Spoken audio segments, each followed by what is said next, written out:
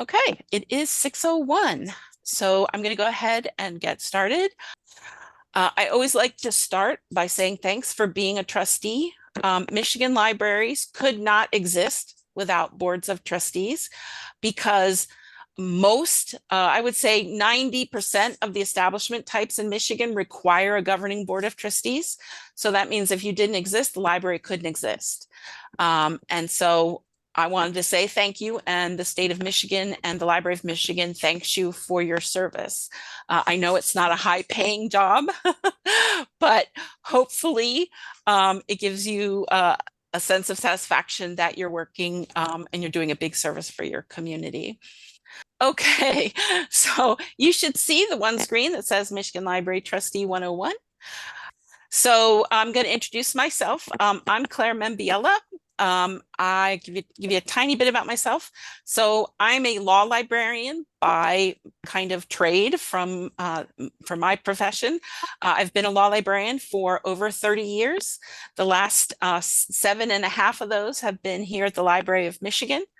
I have a master's degree in library science and a law degree. So I've worked in law firms, I've worked in law schools. And now I work for the Library of Michigan. My job in the the Library Development Department, which used to be called Statewide Services. The Library of Michigan is split into two parts. One part is the library proper, where you can go research your genealogy, check out books. The other part is where I work, which is the department where we kind of act as the state agency to support libraries. We fall under the Department of Education. And our kind of mission is to support libraries of all type across the state. So myself and my colleagues work in various areas like youth services, grants, to help support that.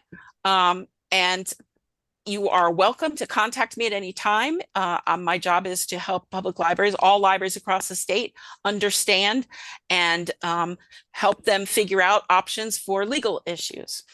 I also am the trustee person for the Library of Michigan. So I work with trustees on a whole manner of issues, including, board issues as well as some legal issues.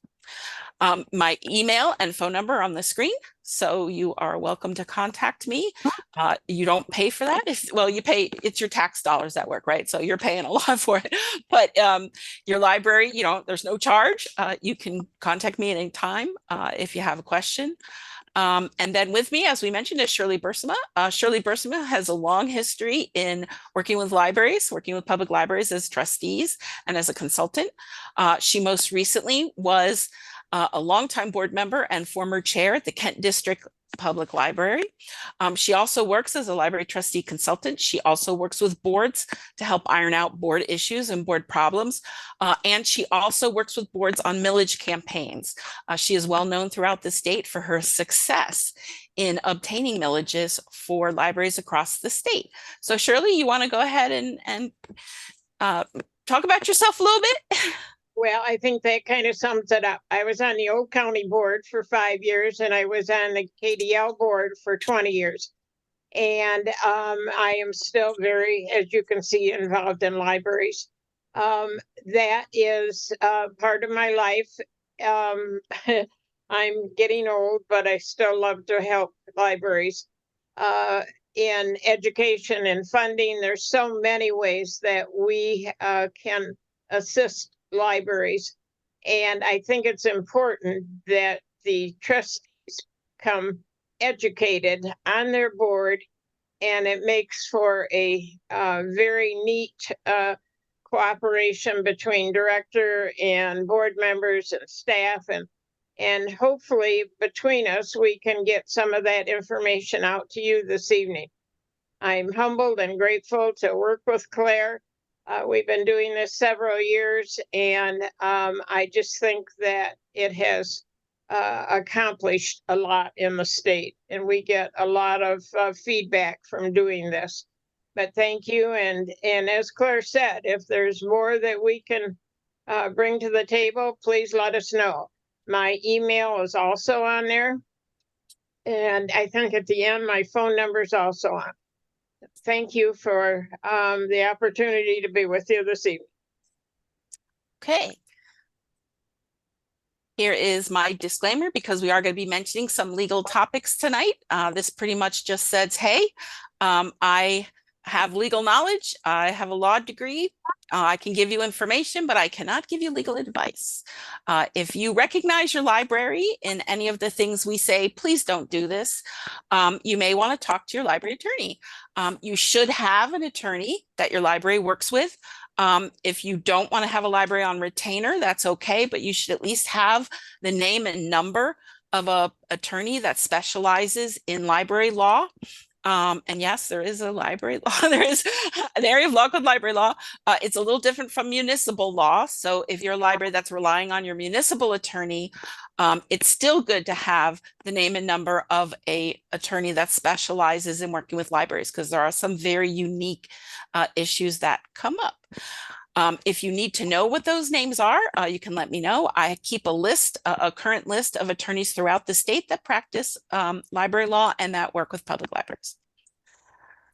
Okay, so kind of our theme today is board members read. So read stands for roles and responsibilities, establishment, authority, and duty.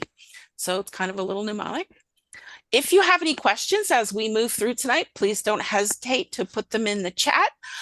You could also just, shout out, but things go a little quicker if you put them in the chat. I did allot some extra time in our presentation tonight to address questions, so we should have plenty of time to be able to talk questions. So why boards? So why do Michigan libraries have boards? Across the country, different states manage their public libraries differently. Some states have these state agency managed libraries. Some states are more of like a county government setup. But in Michigan, we are municipally based and we use boards. A lot of reasons why boards were chosen way back when is because it's a very familiar form of governance when you're looking at a local government entity, because you have township boards, you have county boards of commission, you have city council. So it's an area of governance that's very familiar, both within the law as well as in practice. Also, in Michigan, public libraries are municipally established, municipally governed, and municipally funded. So this having a board encourages citizens who are being served by that library and who often are paying for that library the ability to participate and provide not only information, perspective, oversight for the library, but also get them to have a say in how their money is being spent. So they actually get to be the ones that govern the library. So that's pretty much why boards have become the mechanism for governing public libraries in Michigan. Now, when there's two types of governing boards in Michigan. Now, tonight we're going to be giving you kind of a lot of background, right, on how libraries work in Michigan, because you kind of need that when we move ahead, because as I said, there are some weird things in Michigan with law and with how libraries are governed and funded and established. So we're laying groundwork right now. So the two types of library boards in Michigan are advisory boards and governing boards. Which one you have will largely depend on your establishment. And we're going to be more specific about that later. Generally, as a rule of thumb, if you are in a library where your governance is largely determined by the municipality, so a city library that is a library that's essentially a department of the city, or a charter township library where your township runs your library. In those situations, you will often have an advisory board.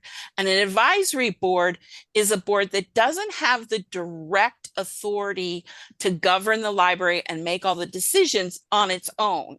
It has to have its powers and authorities delegated to it from the entity that was legally and statutorily designated as the governing body for the library. So for example, in a city library where you're a department of the city, it would be the city manager or the city council or the mayor would say, okay, we're going to have an advisory board, and this is what we expect the advisory board to do. And often that will be enshrined in the city charter or the city ordinances.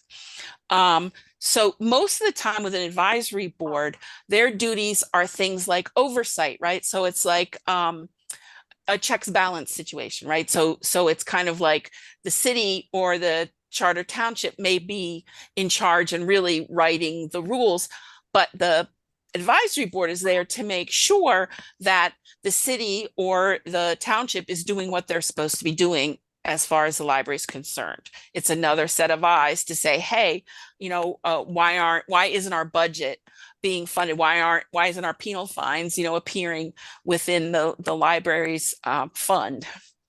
They're also there for support, right? Very often they'll act as a liaison between the municipal body and the library staff and the library director.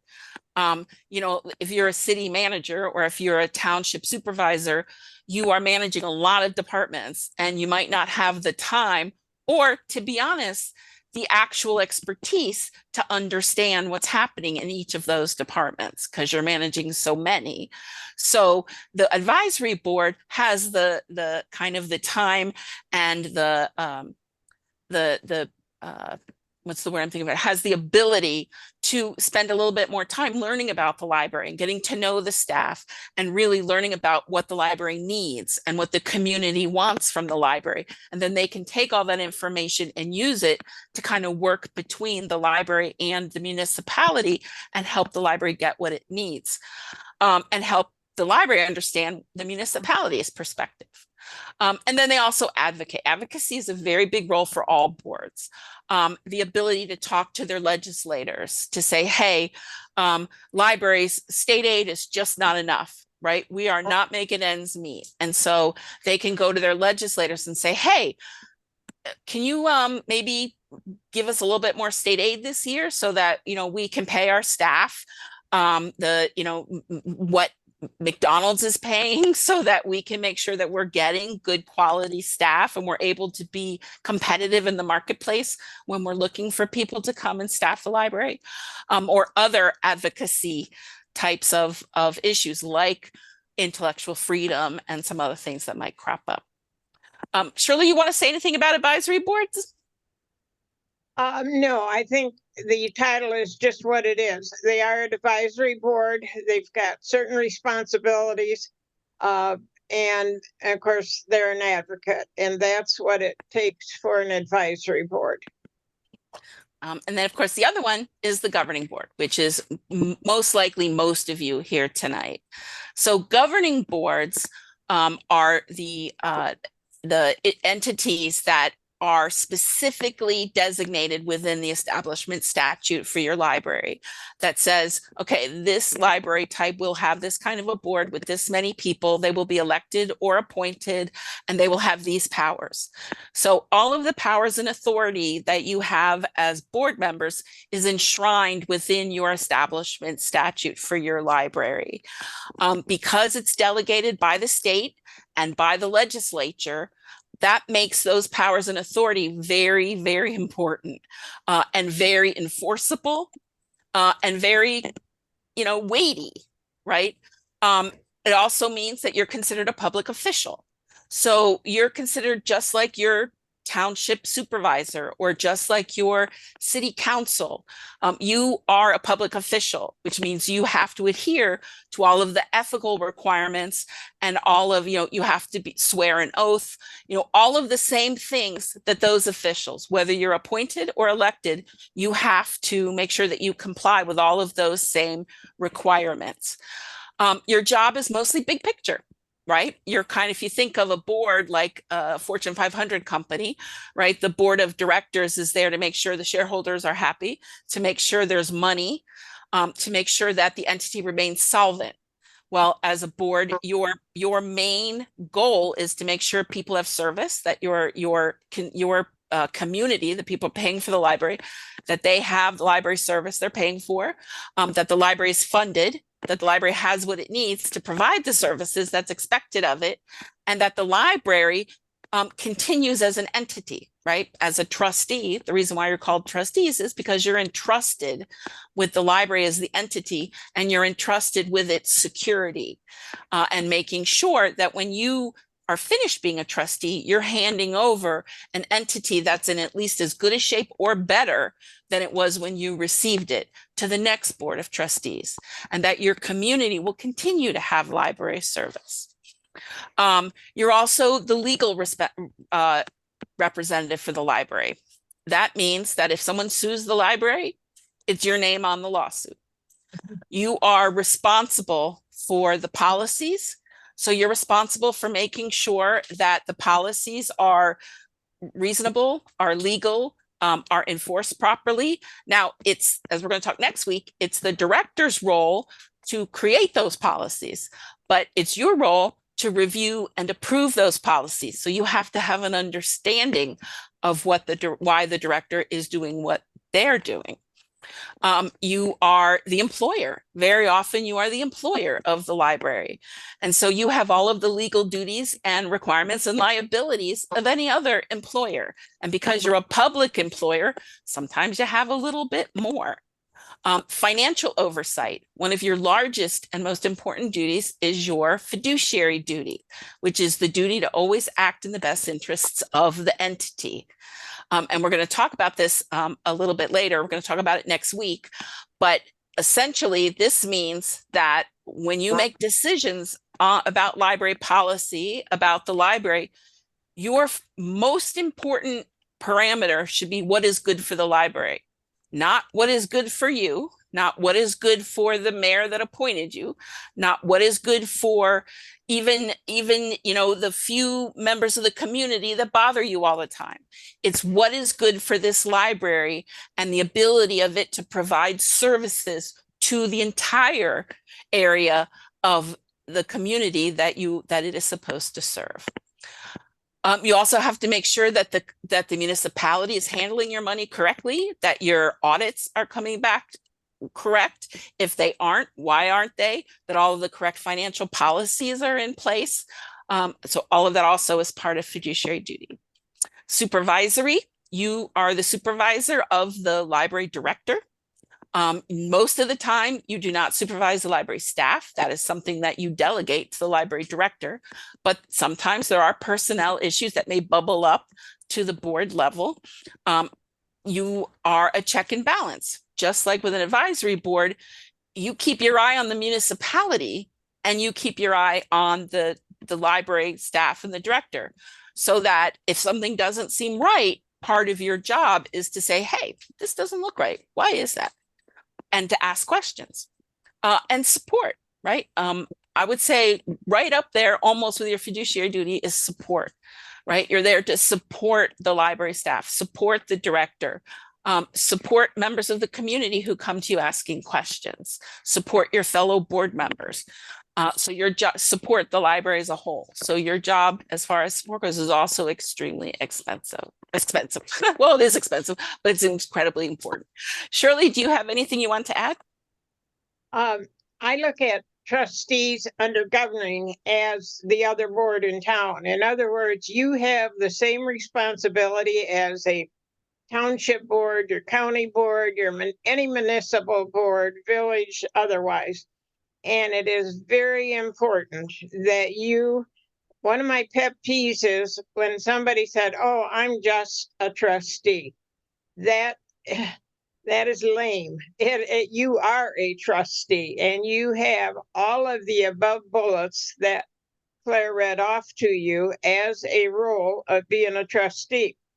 The board should represent the diversity of the community, its members chosen for personal skills, their knowledge, and there is a lot involved. All district libraries have governing boards, and we every year add more and more district libraries to the 400 plus libraries we have in Michigan. So it is very important that we, our trustees, have the governing issues that go with that. In other words, we're ambassadors, we're consultants, we're governors, we're sponsors. That all comes under being a trustee. But thank you, Claire. Thank you, Shirley. Okay, so let's go a little closer into some of these roles and responsibilities. So your big picture. So your big picture would be things like creating your strategic plan, which is kind of the vision for the library, right? Your strategic plan is, okay, what do we want this library to look like in 5 years or 10 years? How are we going to get there? How are we going to pay for it? What do we need to do to get there? Do we need to build a new building? Do we need to add on to an existing building? Do we have certain infrastructure or facilities issues we need to take care of? Do we need to plan for more staff? Do we have a director that's going to be retiring? Do we have board members that are going to be retiring or coming off that we're going to need to replace? So all of these kinds of things are the things that you would consider within your strategic plan to plan the long range vision of the library. Technology. How is the technology changing in the country and in the state? What should we be preparing for? Right now, AI is the big thing people are talking about in libraries. Well, AI is going to require a lot of policies. It's going to require likely insurance. It's going to require, a lot of kind of background knowledge on, how do we take this new technology and use it in our library? How do we use it for things like employment? There's a whole lot of different facets to you. Now, your library director will help you with this and help you get information, but ultimately it's the job of the board to determine, okay, how is this going to affect what the library will look like in 5 years? Money, right? What a lot of libraries this year have been very lucky to receive endowments or donations. How are we going to use that money? It could be, hey, we need money, right? Our fund balance is looking a little low. How do we build up the library? We're in a community that doesn't want a millage. We can't exist on penal fines and state aid. How do we improve our financial situation? What are our options? These are some other questions and other plans that you can put within your vision and your strategic plan. And then, ultimately it's your goals for the library. We want to make sure that every child has a library card in our community. Okay. How are you going to do that? And what is it going to take to do that? Do you need to set up partnerships with schools or daycare centers? Or, do you have a good knowledge of the demographics of your community and some things that may be impeding the ability of people to come to the library? So, these are just kind of examples, but those are some of the things to think about when you start thinking about big picture. Shirley, do you have anything big picture you want to add? No, I think you did well. The big picture is definitely something that every trustee needs to know what it is, why it is, and what it entails, especially when it comes to vision and goals. We need to know that is, and a lot of libraries have strategic plans. Some do not, but a lot of them do. And I think that's an important goal too for each library to have a strategic plan. And if you have one in your library, you all should read it. That's key. It's not enough just to know you have one. You should really know what's in it, because that should also take a part of informing your decisions on certain things. Again, your fiduciary duty, maintaining the library's fiscal and operational health, the budget. Almost all of you are in a library that has control of its budget. Your municipality may not think you have control of your budget, but under the law, you do, which means even if your municipality says they have control of the budget, if they make a mistake, that mistake could come back and hit you, because strictly speaking in the law, you have control of your budget. And there are some things that you can't delegate away, and your fiduciary duty is one of them. So this is where you need to make sure the library has what it needs to give the community what the community expects and what the community needs. And part of that may mean making relationships with members of your community, with the leaders of different groups within your community, and with your municipality, to explain to them why the library needs more money, or how the library is spending the money it has. Many municipalities, many people have no idea what it costs to run a library. We actually had someone call the Library of Michigan last week and say that they had an excellent idea, that libraries were too expensive, and why doesn't the state just buy the equivalent of an Audible account for everybody in the state to use for free? And and we're still formulating a response to that one, because the person was very adamant about it. Like, why doesn't the state just give everybody audiobooks? And we're like, oh, okay. But that's the members of the general public. She's very earnest, right? And members of the general public just don't understand. So part of the board's job is to, since you are members of the community, right? You can, a lot of times the community will listen to you more than they're going to listen to me, right? Or more than they're going to listen even sometimes to your library director. They'll listen to you because you're their friends and neighbors, and you pay the same taxes. And if you say, hey, this is why the library costs so much, and it's not because they're throwing the money away, right? Like, people don't get into library work because they want to be rich. And so, you know, that is part of maintaining libraries' fiscal health. You want to know the library, right? And that means try to start learning about the library industry, right? A lot of people get on library boards, and their experience in the library is just their own experiences as a patron, which is great. But there's a lot more that happens on the other side of that desk than you may understand in terms of running a library. And so it is good for you as a board member to ask questions, right? How does a book get from Amazon to the shelf? Who decides how the books are chosen? What is our collection development plan, right? We have a set amount of money. How do we decide that we're going to buy X number of children's books and X number of adult books, right? Do we buy more nonfiction or fiction? How much do we spend on our library of things? What is a library of things, and why do we have one? What about the computers?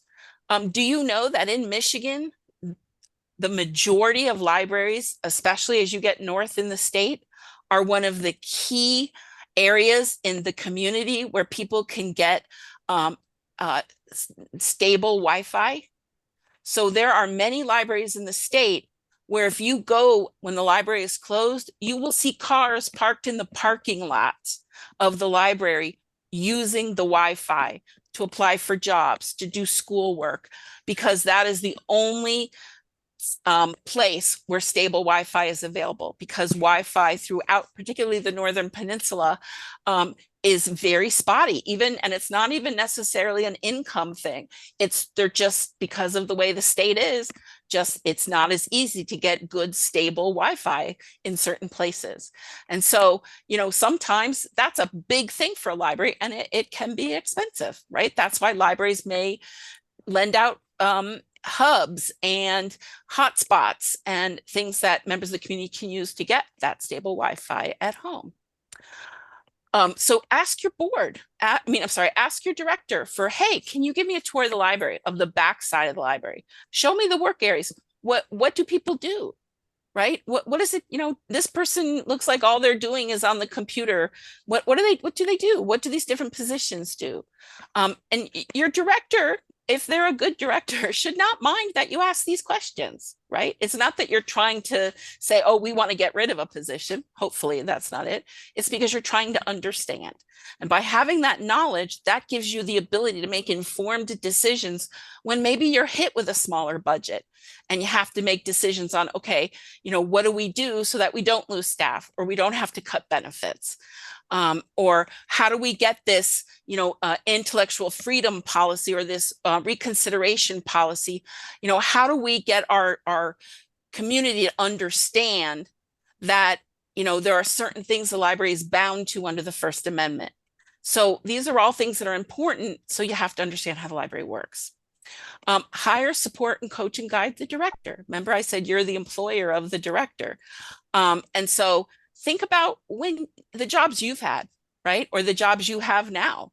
What do you like about managers and what you don't like, right? What has really bothered you as an employee when a manager has done it?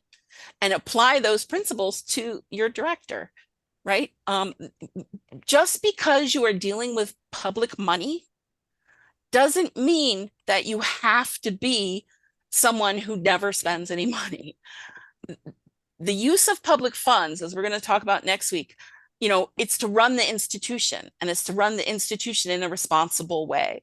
And that doesn't mean not paying your library director, what the market bears, or what their education and experience deserves. It doesn't mean not staffing the library adequately for security of staff and for ensuring that patrons are able to get the assistance that they need. So these are things that, in terms of supporting and coaching and guiding the director, you put your supervisor hat on and, listen, right? If you're on a board, one idea is to have a liaison that works with the director, and just stops in once in a while and says, hey, how are you doing? Just as a support measure, what do you need? Because all of us have used our bosses from time to time for things like that.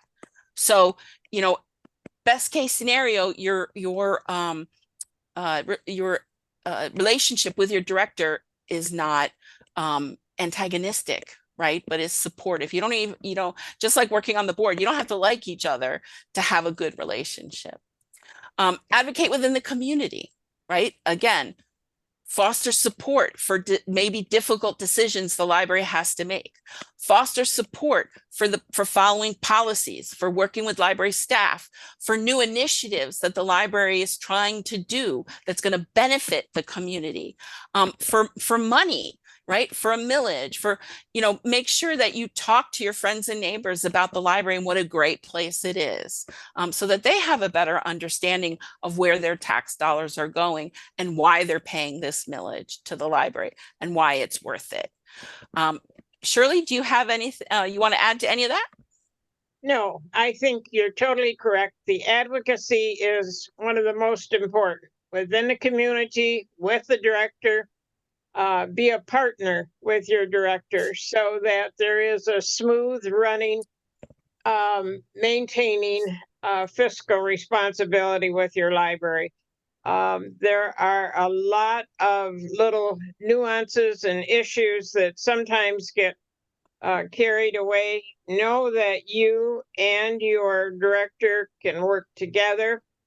And I think you hit the main one, is that the trustees know when it is time for staff and director improvement in pay. Sometimes we're getting more people making comments about that, and we don't want to lose all our good directors and staff. So there's a lot of things to keep an open mind to, study it whenever possible. But advocacy within the community is a big one. Mm-hmm.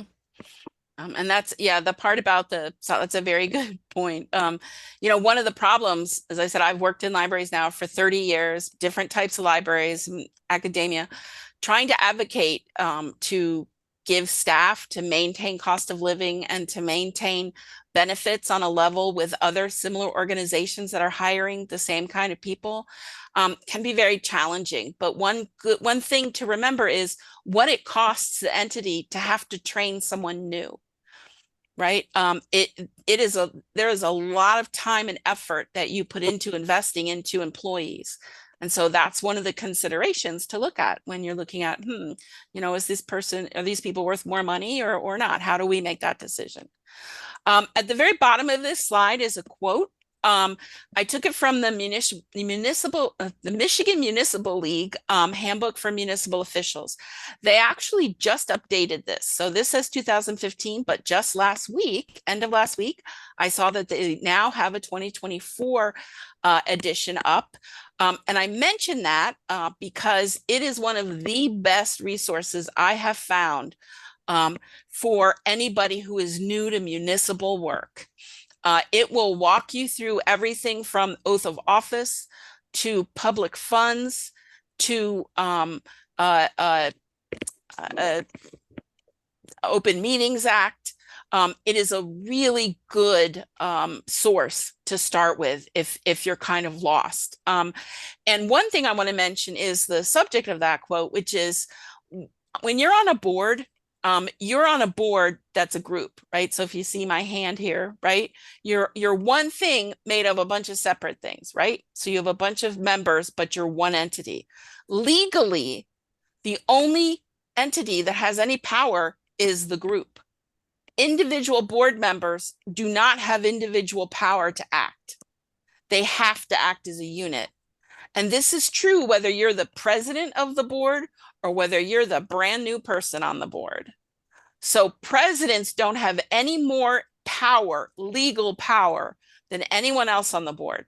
What presidents have is procedural power, right? And the responsibility and power to maintain a cohesive board, right? To coach other board members, to keep the group, on task, and to work with committees. But the board president doesn't have the authority to run off and do things on their own. Only the board as a group can make the legal decisions. So that's something very important to keep in mind. And the same is true as your director. Your director is not the governing body of the library. They are not the board.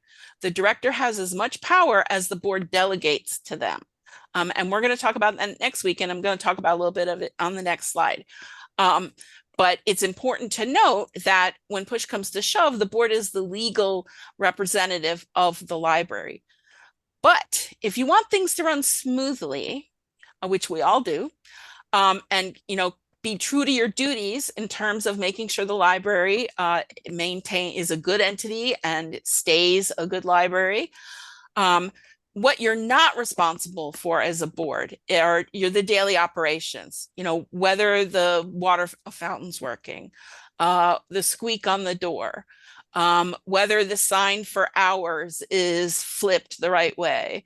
Those are things that you hire your director to do, right? To do the day-to-day thing, just like a CEO. The director is responsible for the day-to-day operations, for making sure that, the goals of the board are accomplished.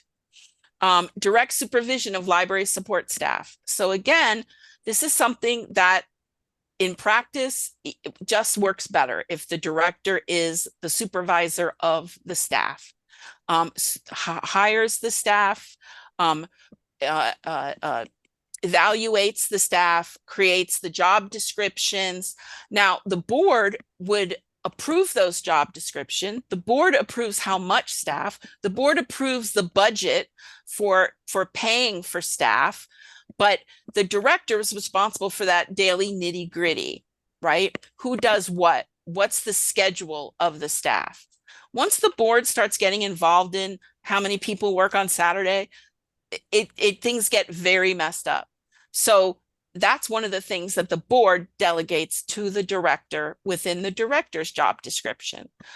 Choosing materials to purchase. The board approves a collection development policy, which lays out the process for how the library chooses materials, but it is up to the library director and the librarians to actually pick what books get purchased.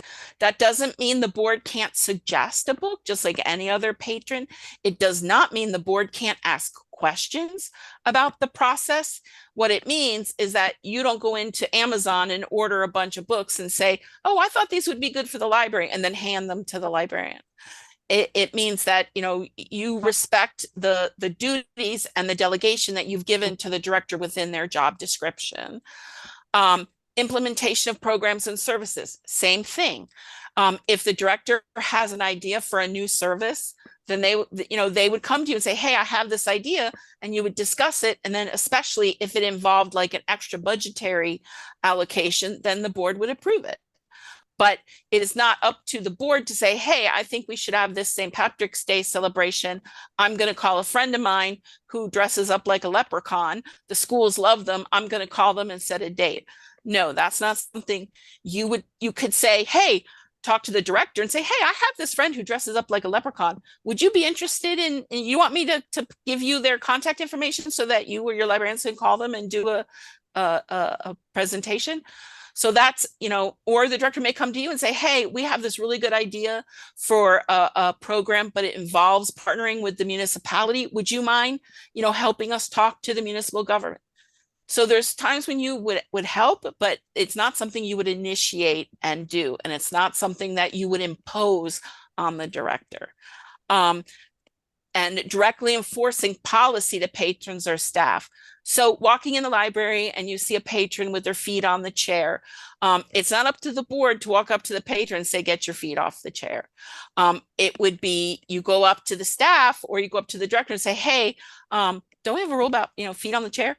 And then, you could call attention to it, and the staff can then go out and do the enforcement like they need to do.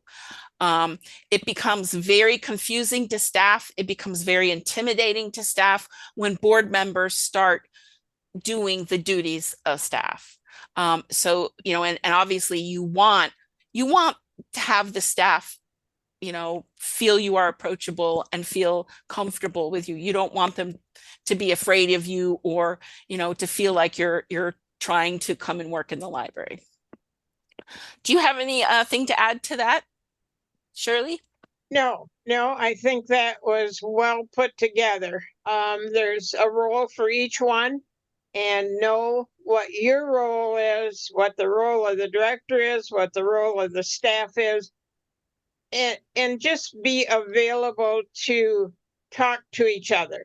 There's nothing like getting it out in the open, as I say. Make sure that each one understands their program or their rules of what is their duties and what is the other person's duties.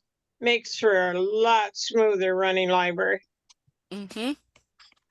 And go to some of the programs. It's good for people to see that the board likes to attend programs. But don't go because you're gonna actively do the program. Go because you want to attend and see, you want to have fun. Okay, establishment. So we talked a little bit about this in the beginning. Your establishment is pretty much your legal identity, right? So your establishment is the law that you were formed under, and it forms the basis for your legal identity, your legal existence. Now, I have an establishment guide. I'm going to see if the link will work, and I'll show it to you. It's available on the library's website on the library law page. So this spreadsheet, this gives the list. Oh, it's a little tiny here. Let me make this bigger.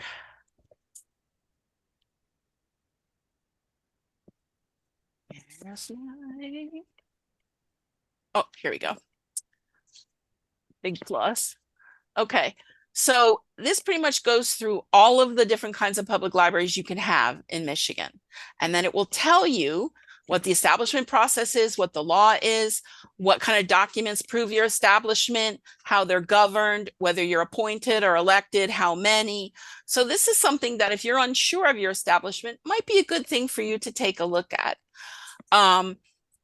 If you still are not sure, you can give me a call or ask your director to give me a call, and we can certainly iron it out. Currently, there are at least 9 establishment types in Michigan under 6 different laws. So it gets a little confusing, right? So you can see that there's just 3 city libraries alone, 3 types of city libraries. Each one is a little different in some of the rights and duties, in some of the way that they operate with regards to their municipality, how much input and legal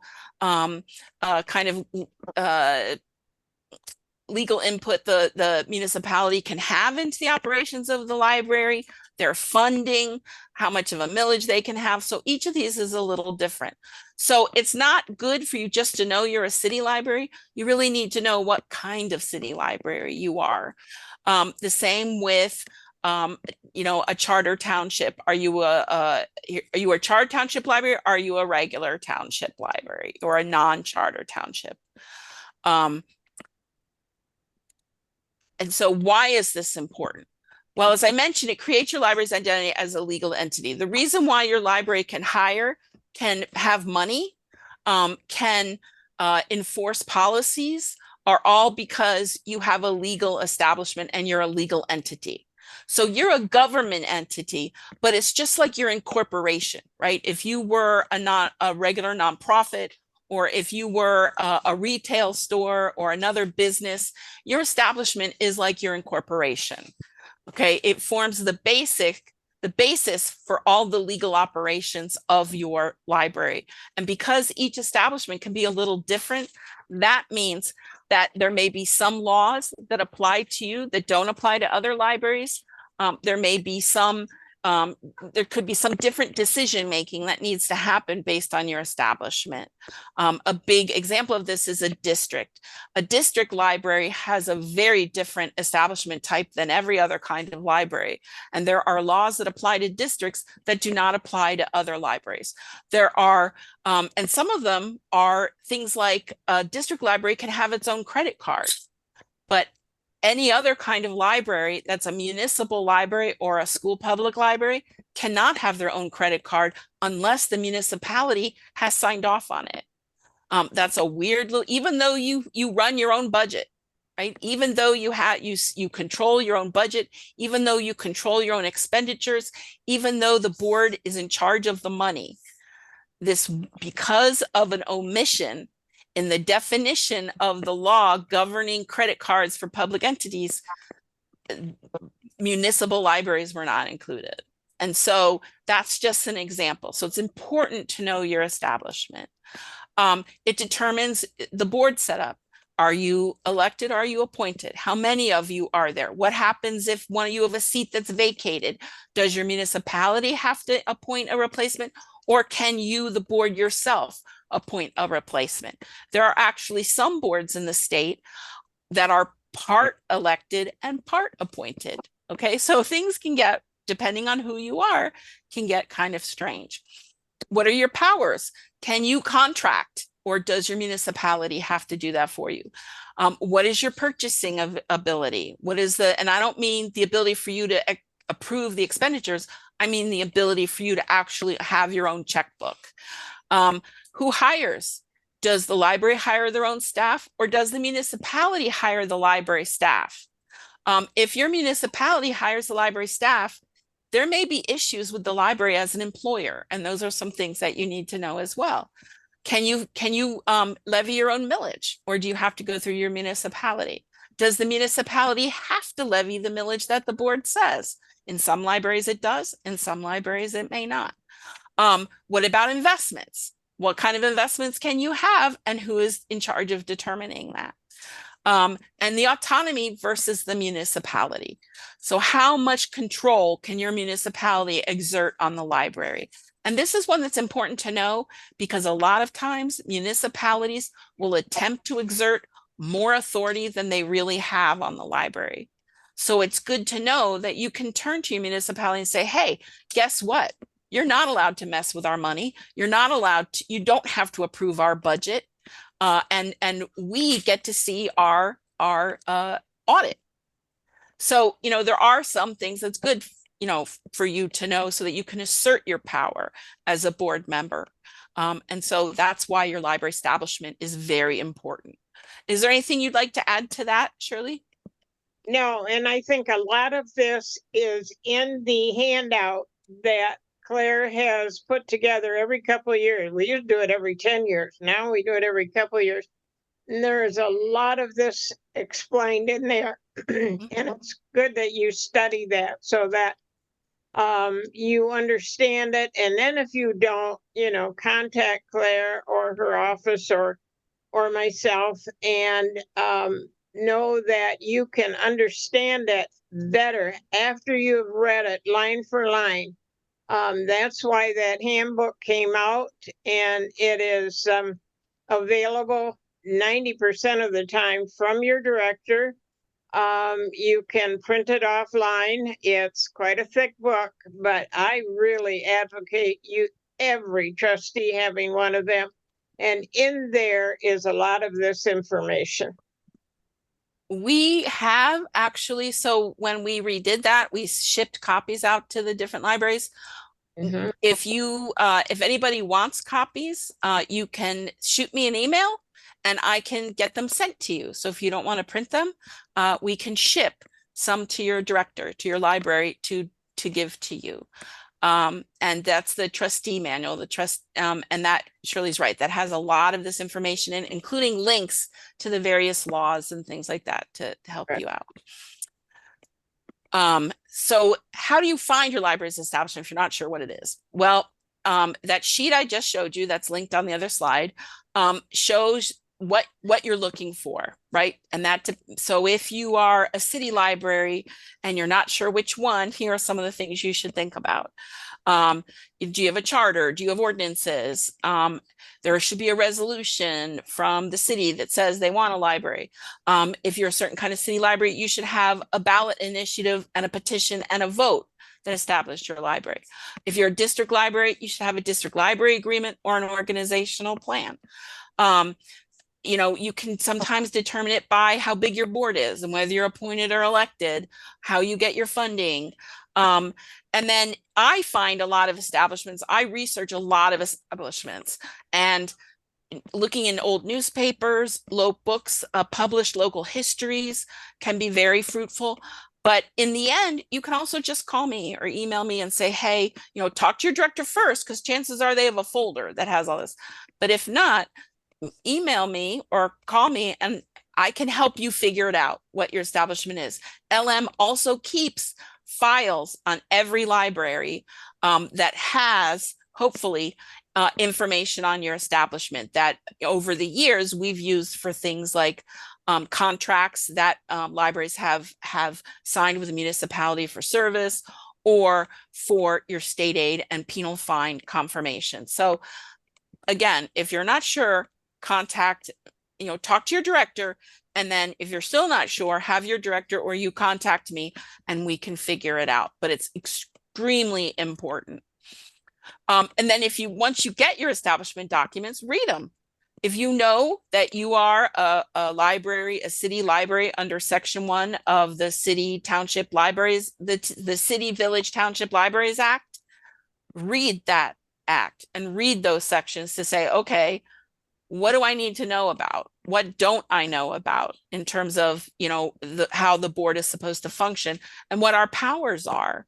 And again, like I said, there's sometimes a lot of things the municipality either doesn't know or doesn't abide by when they look at, in terms of the powers of a board for a public library. If your director does have a folder of historical documents, read them. You can find out a lot about the library when you read its institutional history. Long ago, there was a fight between the library and the municipality, right? And now all of that's over, but you'd be surprised how sometimes things stick. You have a city clerk or a treasurer that's been around for 40 years, and you're like, gee, why doesn't she like the library? When you read through this folder, you're like, okay, now I get it. And then you can start to work things out. So, sometimes. So it's good to know that, but at least it's good to know that, right? If you're a district library, so district libraries are their statute, you are totally governed by your district library agreement, which is a contract that all of the municipalities that formed the district sign, that kind of covers what the board's powers are, how many board members, how new people join, the relationship to the municipality. So read that very carefully, because not only does that contract provide you with your rights, it also provides you with some responsibilities that you have to make sure get fulfilled. In addition to that, there's the District Library Establishment Act, which you also have to read to fill in some gaps that your district library agreement is not going to contain. So it's very important to read. It's not exciting reading. I love reading statutes, but I'm weird. Not everybody does. This is an example of PA 164. It can be a long statute. As I said, it's kind of boring. One of the most important parts of it is this section 5, which goes through, these are the powers of a library board. And these are some of the most expansive powers that a public library board has in the state. So exclusive control of the expenditure of all money, right? So that's a huge deal. That means it's not your municipality that decides how a large donation to the library gets dealt with. It's the board that decides that. So this informs you of a lot of things. That's important for you to know your power, so that if you need to levy that power, you understand that you have that power. Shirley, is there anything you'd like to add to that? No, I think very good. This is a power of a lot of conversation, as you know, and I know, continuously questioning some of it. But once it's read and you go over the details, it becomes very clear. But I have been in meetings, and I know Claire has too, where it becomes quite a dilemma of conversation. But it is important that you know exactly what it's all about, especially the PA 164 and all that it entails.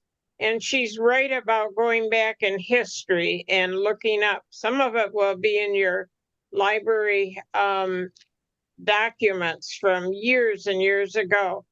And people remember it in different ways than the current board. And well, we didn't used to do it this way. No, we did it this way. And she's right. There's some people that have been on boards for a long time who remember it different than the newer people. And so it becomes quite interesting. I've been in some of these conversations, and yet there is, if you look good, Claire's right, there is some history out there to look it up and to see exactly what is necessary and how to fix and do these different things. And if there's something, when you read your establishment, if there's something in it that you're not sure about, that's what your attorney is for, or you're more than welcome to call me. And I'd be happy to explain it to you. Because some of it's, like I said, it's sometimes not fun reading, but it is, as I said, it is important. Okay, your bylaws. So we talked about your establishment law. Another very important document are your bylaws. So bylaws are the rules that govern the board's activities, right? So it's different than your legal powers under the statute, right? Or your legal responsibilities or your legal duties. What your bylaws are your, you can look at it like your rules of conduct, right? And your rules of procedure for the board. How the board itself functions. How do you elect your board officers? What is the expectation of behavior of the board members? What's the expected duties of the president, of the vice president, of the secretary? How many officers are you going to have? What's the expectation with regards to attending board meetings? How are the board meetings going to run, right? What is the kind of agenda of a typical board meeting? Who writes the agenda? Do you have an agenda? All of those kinds of things are within your bylaws. There's a good section on this in the trustee manual. If you need sample bylaws, I can help you with that. What your bylaws aren't, your bylaws should not include every single policy from the library, right? Because the library policies aren't your bylaws. The library policies are the library policies. The bylaws are the rules of conduct and the rules for the board themselves, to manage themselves. So if you have board members that are in charge of, banking, would you have some financial policies in there? Yeah, you could have financial policies in there if it's something related to what your board does. But there are some bylaws that really are like the Bible for the library, and that's not really what bylaws are. It doesn't mean the board shouldn't have copies of the policies. Yes, absolutely. But they shouldn't be part of the bylaws. Um, they're self-determined. There's what you all decide. It's not what your director decides. It's not what your board president decides. Remember, it's what you guys as a group decide your bylaws should be. If you come on board and there's existing bylaws, read them. If something doesn't make sense, ask questions, right? You don't want to get on a board and immediately be like, oh, we have to have all new bylaws. But you do, if you don't understand something, ask questions about it. And your fellow board members or your director should be able to help you with it. They should be routinely reviewed. Things change quickly, laws change, circumstances change, things happen that all of a sudden the board's like, oh, we should have had that in our bylaws. Routinely review your bylaws with an eye towards constantly keeping them current and constantly making them better. A big one lately, as I said, are behavior policies, right? So I don't know if you've heard, but throughout the state, there's been a lot of issues of contentious board meetings over challenges to certain materials or challenges to certain board policies. You want to have, it could be, sometimes these problems are initiated by someone on the board, someone who got on the board with the specific agenda to cause some trouble or to stir some stuff up. Have board behavior policies in your bylaws that simply state, this is our expectation of behavior. If we make if the board rules on a policy or a statement and it passes and one individual or two individual board members don't like it, you have to suck it up. And your job is to be supportive of the board decisions as a whole. That you will not, do anything that could affect the ability of the board library to get a millage. That, there could be different things in the board. You will not act unilaterally, right? One board member can't go off and make decisions and do things on their own. And then you could also build in some consequences. There's not a lot of consequences you can have because of the way the boards are set up in the statutes, but you could say, okay, if you don't, if you violate one of the board rules or behavior rules, first time you get a talking to, from the board president or vice president. Second time, you get a written admonition from the board or like a censure.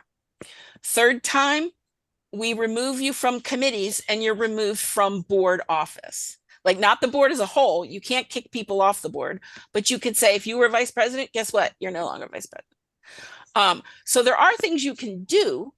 You just have to be careful. And this would be something to also talk with your attorney about. Make sure you have good descriptions of those different officer positions and what they do and what the limits of the behavior of them are.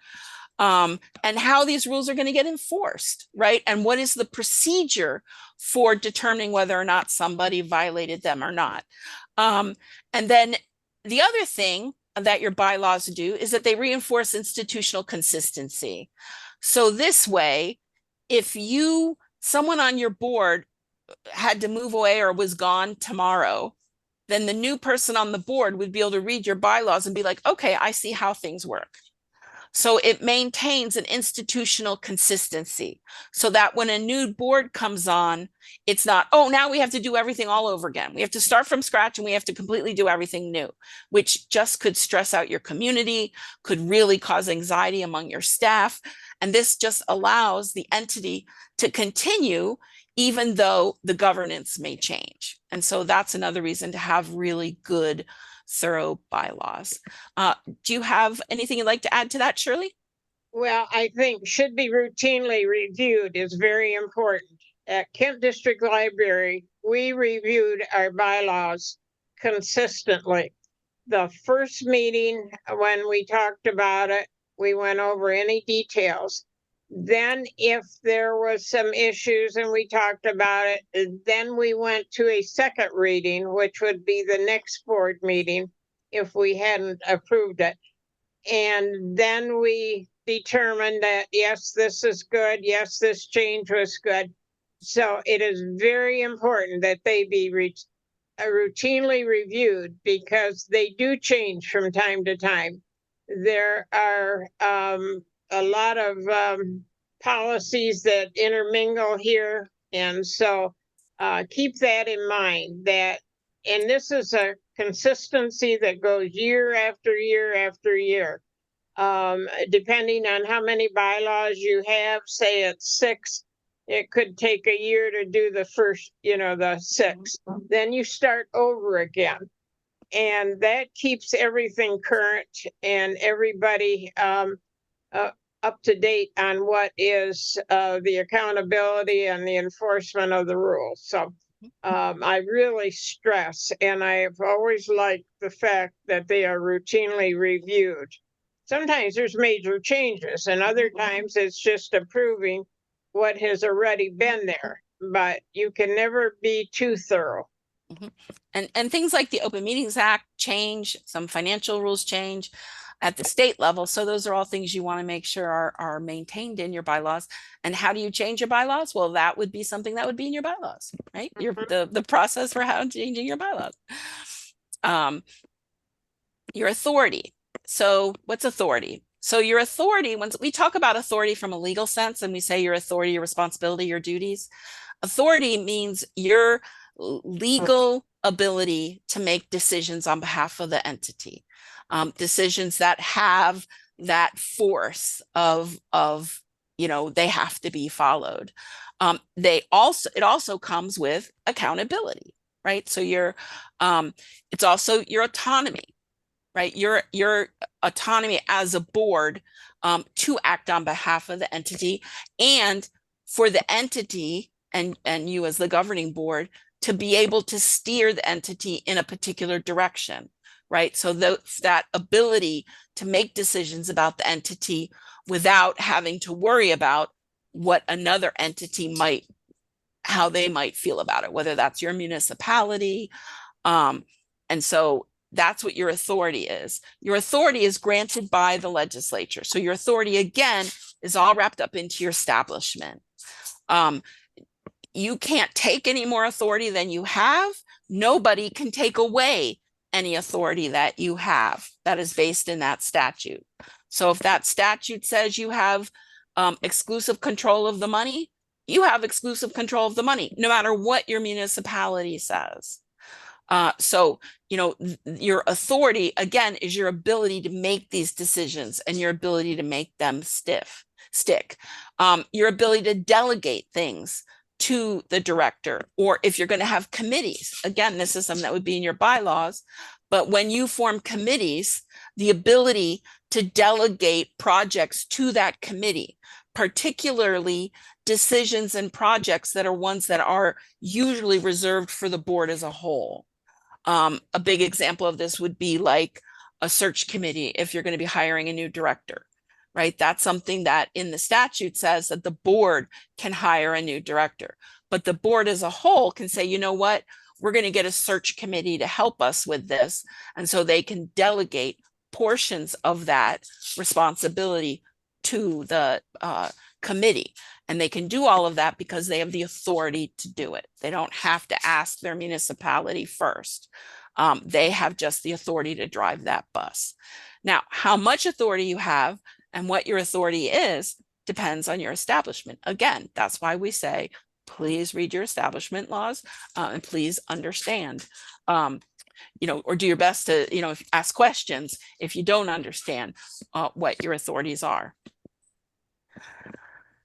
Now, there are some weird things that happen in Michigan because of the way Michigan libraries came about. Depending on your municipality, if you're in a library that's been around for a very long time, you may have a library that started out as one type of library, but then over the years, as the entity grew bigger, as your municipality grew bigger, and as laws changed, your library morphed into something else. But your township or your city still does things according to that original way they did it. And they didn't take into account the way that the laws have changed. So you do find that in some libraries, even though your establishment says one thing, in practice, it may be that it's happening in a different way. And if this is the case, then again, this is the time when you want to ask questions. Well, hey, the statute says that, a big one is the statute says that if you're a city library, a township library, a village library, that the municipality holds our money in the municipal treasury and that the treasury cuts our checks, but they can only cut the check if we tell them to cut the check. So, for example, library receives an invoice. The library signs off on the invoice, says we received this book, goes to the treasurer cuts the check and pays the invoice. There are some instances where the municipality just does everything, does the invoices, and the library basically does nothing. And sometimes that's because they started out as a township library type where the township did everything. And then it turned into a PA 164 with an elected board. And so that is one of these instances where if the library is happy with that, if the library board is happy with that, then there's different things that we would recommend you do so that it would protect the autonomy and authority of the library board. Things like getting a fiscal agency agreement with your municipality that says, okay, we like how things work, but we want to have a piece of paper that says, this is what we expect you to do. Here's the expectations you have for us. Here is what we're willing to pay you to do that. And here's how we sever this if we don't want you to do it anymore. The other thing that often happens is with some of these municipal libraries is the municipality says, you know what, we're tired of doing this. We don't want to do the libraries stuff anymore here. And they hand the library their checkbook and their account numbers. This seems like a really good thing for the library. And a lot of times it is. The problem is it violates the statute. And so there are lots of incidents of municipalities doing that. And does it mean it can't continue? Well, not necessarily, but it's one of those things, again, that you're going to want to think about and make sure that your library has the proper policies in place to properly manage the funds so that you don't end up in trouble later. And so, like I said, there's always weirdness. Very few libraries are like picture perfect in terms of how they function. So this is just one of those things that if you see something that looks weird, just ask a question. Ask your director, ask other board members, ask me, ask Shirley. Just ask whoever you feel comfortable with, so that you understand, okay, I'm still within doing my duties and my fiduciary duty, and I'm doing what I'm supposed to be doing. And here is why things look a little weird than I expected. Most libraries are autonomous, even if you are a municipal library, even if the municipality cuts your checks, that doesn't mean that they have any governance hold over you. There's only a couple library types in the state where the municipality really has governing hold over you. Now, it may be that if the board quit tomorrow, if all of you quit tomorrow and you're a township or a city library, the library reverts back to the city. And then the city has to either, appoint new board, or the city makes decisions until they can appoint a new board. But other than that, the city does not make the decisions for the board unless the board permits them to. So that's something else to understand. Doesn't mean you can't have partners with your municipality. A lot of times there might be the municipality handles our FOIA requests. The municipality does our sidewalks in the snow and our parking lot.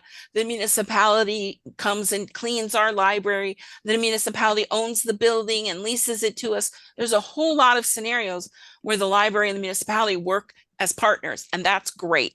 The only rule of thumb you want is that where you can get a written agreement that dictates who does what and how much it's going to cost and who pays for what, get it, because you will be glad you did later. Shirley, is there anything you'd like to add to that? No, I think that's good. And it's to the point that there are so many little, like I said before, nuances that we have to be aware of, and that we actually want to take advantage of when we can. But Right. we got to know what we're doing, when we do it, and that it's all legal, ethical, and above board. Mhm. And that is why the Trustee 101 is to help people understand all these things and make for a much smoother running library. This isn't small potatoes. This is very important stuff. And it takes a few years of being involved and knowing that there is more to just walking into a meeting, opening your packet, and make a few decisions. So no, this is very good, Claire. You did a yeoman's job. So duties. Now we're going to talk about duties. So your duty is the things that you have to make sure you comply with individually. So your authority is your ability to do things, is your permissioning to do things, and the ability to make things stick, right? So your duty is your requirements to make sure that things happen and that they happen in a way that's legal and compliant. So your first one is your fiduciary duty, which we did talk a little bit about. All decisions and actions must be made in the best interest of the library and its fiscal health. Doesn't mean you can't have other considerations, that you take into consideration what your municipality wants, because there are times when it's good to make sure your municipality is happy, but it shouldn't be the sole driving factor. Your First Amendment right to information. Public libraries, we're going to talk about next week, have a very specific and unusual relationship with the First Amendment, different than schools, different than other parts of your government. All government entities have a relationship with the First Amendment, but public libraries have a very distinct and unusual relationship with the public, with the First Amendment. And it all has to do with the right of under the First Amendment to information. Since libraries culturally and traditionally are the main way that people in our country access information and have accessed information, the courts decided that everyone in America has a constitutional right to access to a public library. And within the public library, they have access, you have a right to information. And so part of your First Amendment responsibility, and this is true of every public official, okay? It's especially true of library officials because of the importance and the influence that you have on what kinds of information people see, and how they see it. But every public official has a duty to complete their work and to do their job without they have to leave their personal preferences, their personal opinions, their politics, their spirituality, everything out the door when they walk into work. So when I go to work for the state, I take off my personal opinions on a wide variety of things. You cannot make decisions based on your personal preferences, your politics, your spirituality. Even though all of those things inform part of who we are, you can't use those things as the basis to make your decision. You need to make decisions based on what is best for the library and what is going to enable your community to get the information that they need. All of your community, right? Because all of your community is who you serve, not just a few people who are the loudest. So and we're going to talk about more about that next week. So your oath of office. All of you should have taken an oath of office. They call it to qualify. So in order to qualify to be seated as a board member, you should have taken your oath of office, which is the same oath of office every public official takes. If you haven't taken it, I would talk to your library director about taking it. You need to take it every time you're reappointed, every time you're reelected. Once you get on a library board, you have to, adhere to your terms. And when your term is up, get reelected, get reappointed if you desire, and then you have to retake the oath. Your ethical duty. It may be that your municipality has what's called an ethics ordinance. If it does, you are legally bound to adhere to it. So you want to double check and see if your municipality has one, because it applies to all municipal officials in that municipality. But even if they don't have one, as a public official, you are held to, a higher standard of conduct. So we're going to talk about that on the next slide. So things like avoiding conflict of interest, personal enrichment, and transparency. Conflict of interest. So you don't want to commingle board duties and personal business, right? You want to be careful of any scenario where you get an individual benefit. Your child is trying to earn more money and you think, oh, you know what? They could mow the lawn around the library and that they could get paid. Well, you want to be very careful about this because the board decides, depending on how you delegate to the director, at some point, the board's going to have to approve the expenditure to get the lawns mowed. If a board member says, okay, we can hire my son, then the board has to be careful about that. Now, does it mean you can't do it? No, doesn't mean you can't do it. It means you have to look at your policies to see, do you have to get it bid out? Most of the time you don't. Municipalities are not required to bid stuff out. And since it's probably not a huge amount of money, but you may want to make sure that the person who is the parent of the mower has to acknowledge it and disclose it. Yes, that's my child. And two, you want to be careful of decisions made to that position. If you're going to give them a raise, right?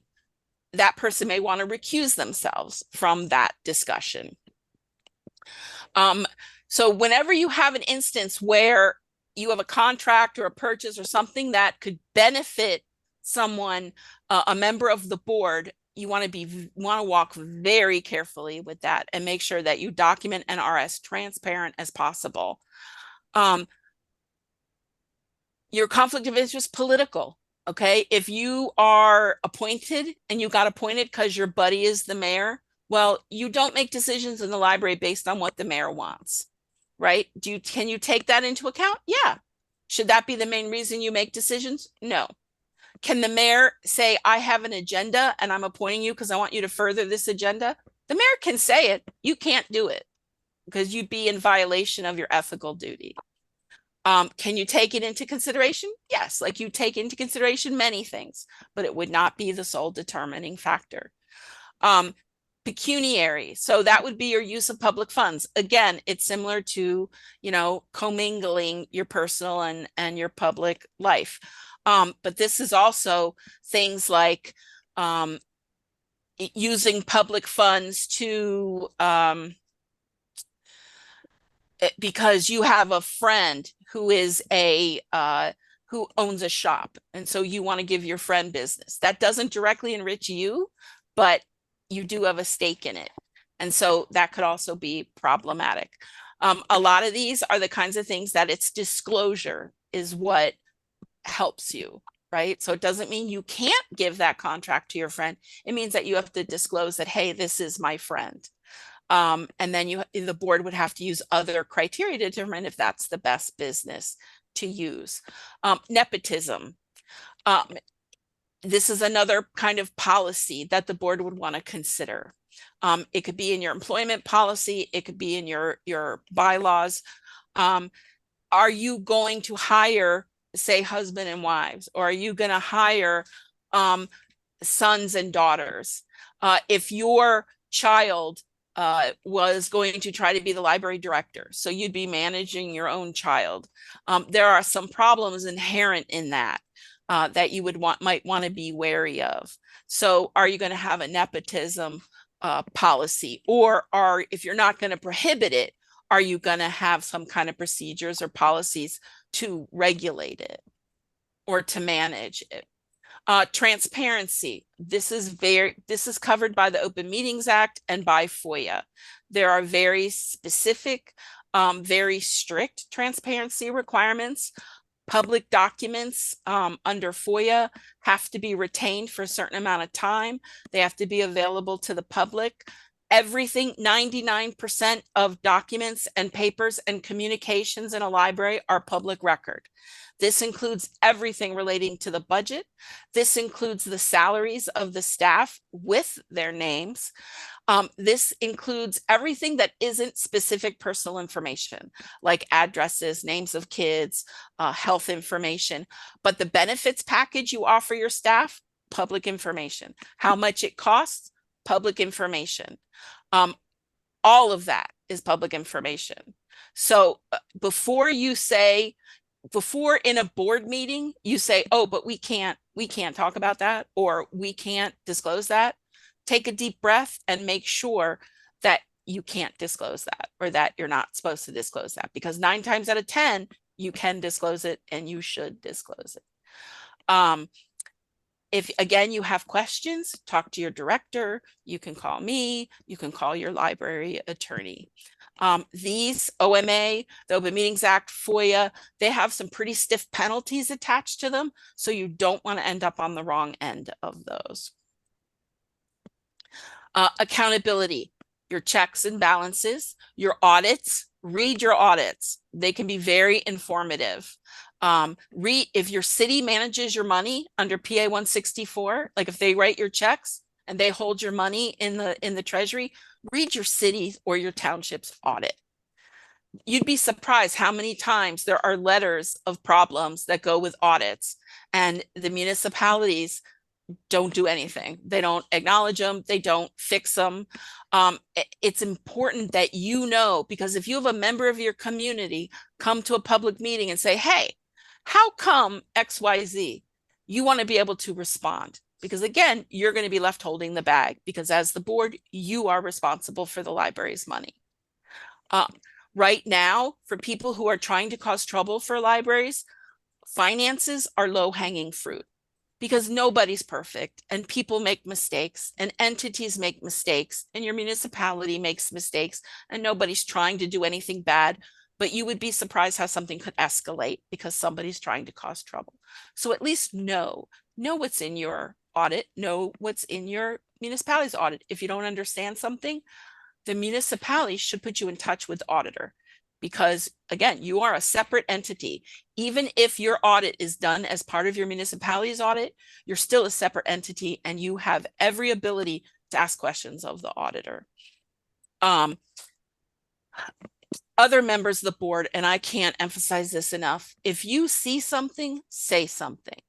If you have members of your board, and thankfully, I don't think this happens very much, but if you have members of your board that are creating havoc or that are doing things that are not appropriate, either fiscally or ethically, stand up, ask them, confront them, talk to your board president. It would be their job to confront them. It can be done in a discreet way, but do it, because if it's not done, and later on, somebody finds out that something happened, again, it's going to come back to bite you. And Murphy's Law being what it is, it'll come back to bite you in a millage year when you have to get your millage. Open Meetings Act, treat it seriously, okay? You cannot attend meetings remotely right now. I know Michigan Library Association is advocating with the legislature to try to get that put back in, but right now you have to be there in person. Run your meeting appropriately and according to the Open Meetings Act. Don't go into closed session if you're not supposed to go into closed session. Understand the reasons when you can go into closed session. And again, if you're not sure what they are, talk to your director. You can talk to me, talk to your attorney. There's an excellent thing called the Open Meetings Handbook, which is written by the Attorney General, which is free, available online. I definitely recommend that you read that. There's also one for FOIA as well. Your oversight, again, that's your bylaws. Your bylaws is the oversight of the board. It's also your statutes. Your library establishment statute, which goes through what the board's, again, your responsibilities, your duties, and your authority. And then lastly, part of your ethics is supporting your staff, right? Treating the staff well, right? Treat the staff like you would want to be treated as a staff member, okay? And the citizens, right? If you have people coming to you complaining about something, your job as a public official is to be responsive to them, right? So within the boundaries of your policies, you shouldn't say, oh, I'll fix that. But maybe you should listen and say, you know what? Talk to the library director and tell them that I sent you.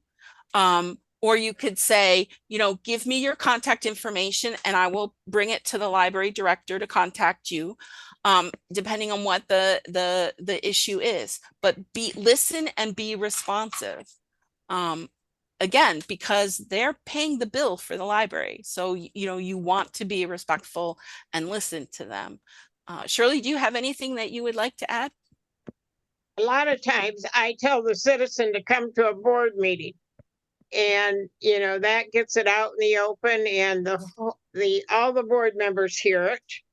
It doesn't just come from one board member. And I just think that gets the citizens more involved in the accountability and the running of the library. And I think I like it when we have citizens come to the meetings, good, bad, or otherwise, if they have a comment. And I think the board likes it also, because that way we are cognizant of the fact that citizens are interested in what we're doing and are willing to participate in what we're doing. And so I encourage them to come to the meetings also. I completely agree. That's an excellent point, Shirley.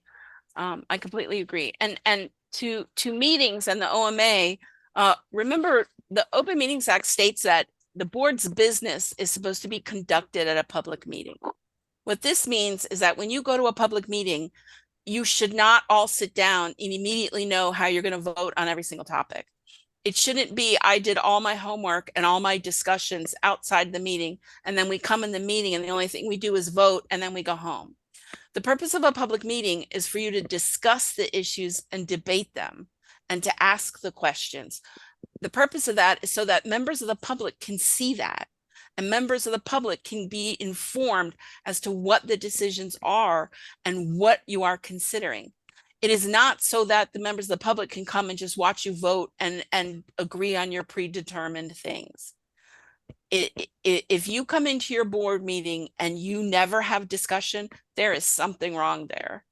So you should prepare for the board meeting, read your board packet before you get to the meeting, and then use the meeting time to ask questions and to discuss the things that are being decided. That stuff should not be discussed outside of the board meeting.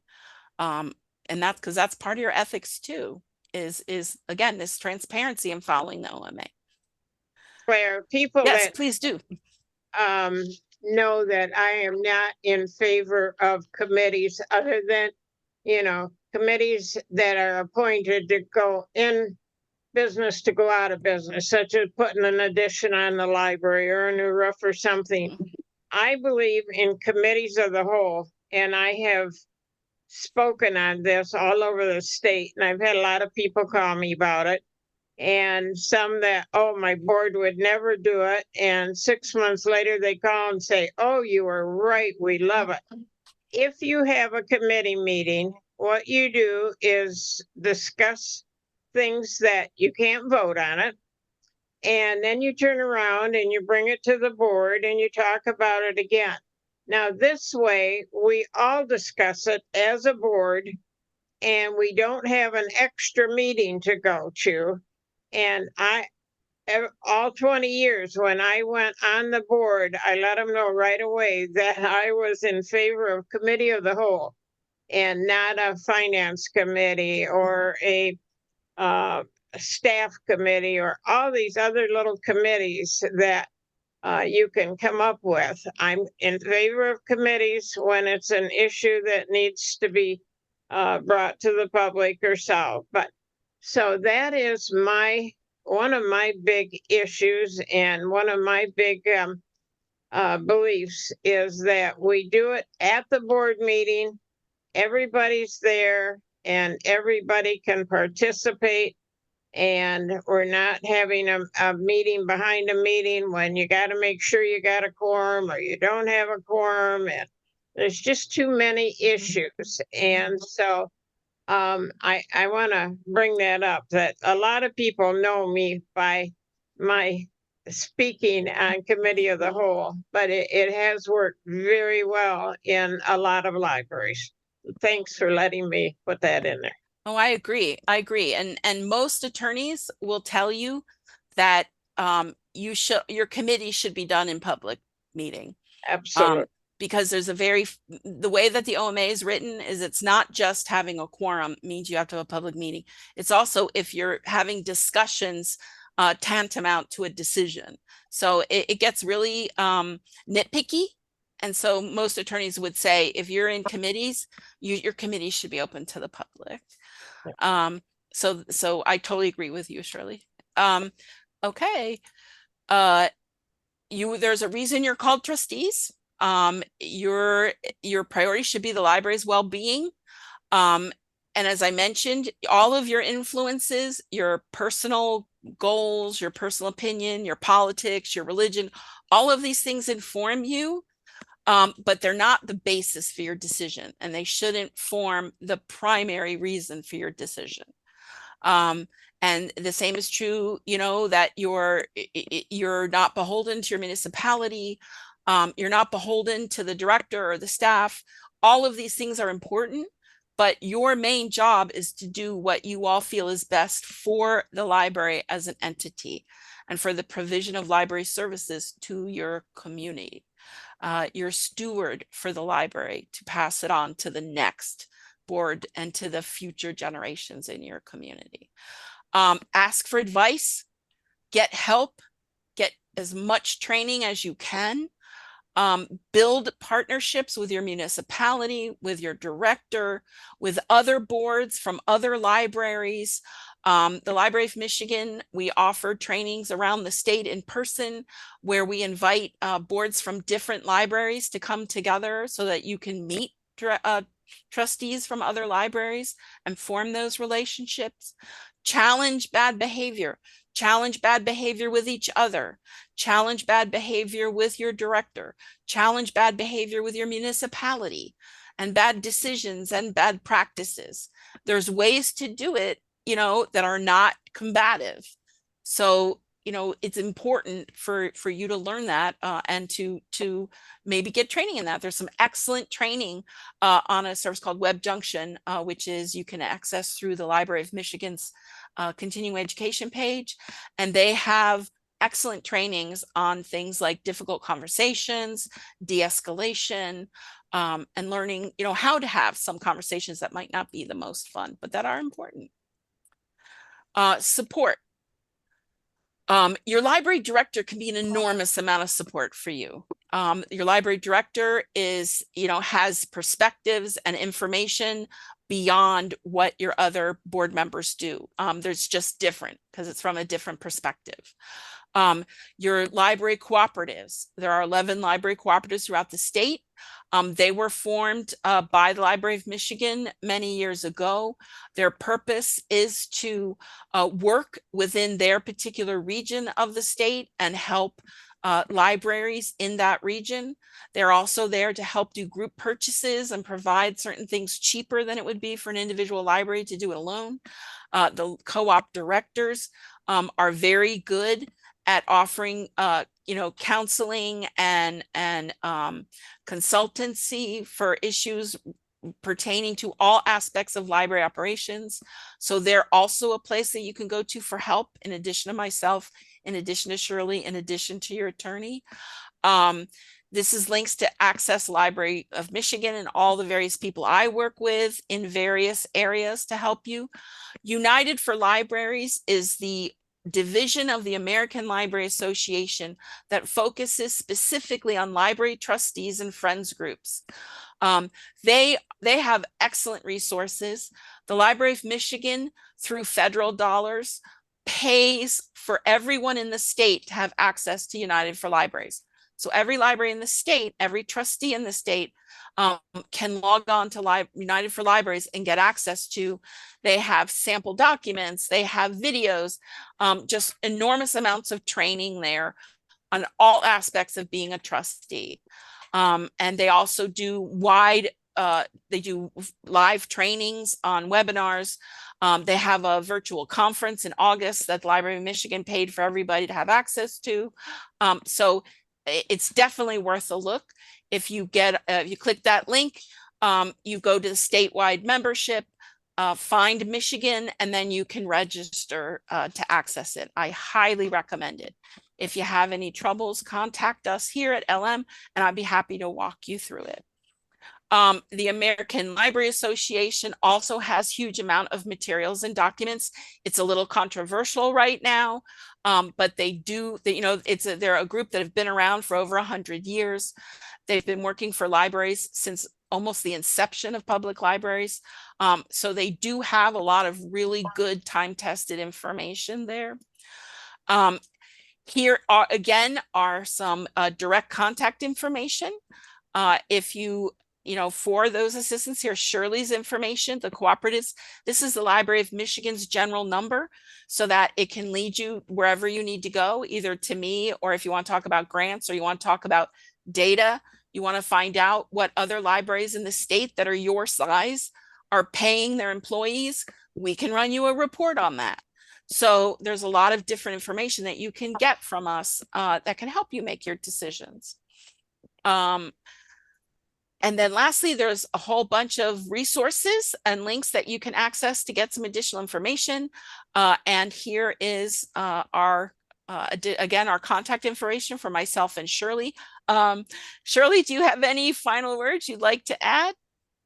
No, I think we have covered this aspect of it very well. I've been on my co-op board 32 years, so I'm very familiar with cooperatives, and was the only trustee on the Lakeland Library Board. I've been a member of ALA, controversy or not, 33 years, and along with United for Libraries, and that name has changed back and forth over the years, but we do have some good handouts, programs that go with that. So please, trustees that have not signed into that, do that. I am a firm believer in you can never have too much information. And Claire has pointed that out time and time again this evening, that the more you take on, the more you read, the more you study it, the better it is. And the same thing with the cooperatives. I learned so much about all the libraries in Michigan through the cooperative. I was president several times and I was treasurer 6 times, so I'm pretty familiar with cooperatives also. But I think that is how we know what's going on in the library world. And so thank you for those of you that took time to be a part of our seminar tonight, and trust that you were able to pick up some information that was new to you or that you didn't know. And if there's more that we can help you with, I'm also available. Right now, we're very busy with millages, so, but we can always find time for one more thing. Thank you. Thank you, Shirley. So we have some time for questions. So does anybody have any questions? So if no one else has any additional questions, we will meet again next week. So thanks again. I appreciate all of you being here at this time. We do hold these trainings at different times throughout the year to try to catch everybody's schedules. So I appreciate you spending your evening with me. I hope everybody has a great rest of your evening.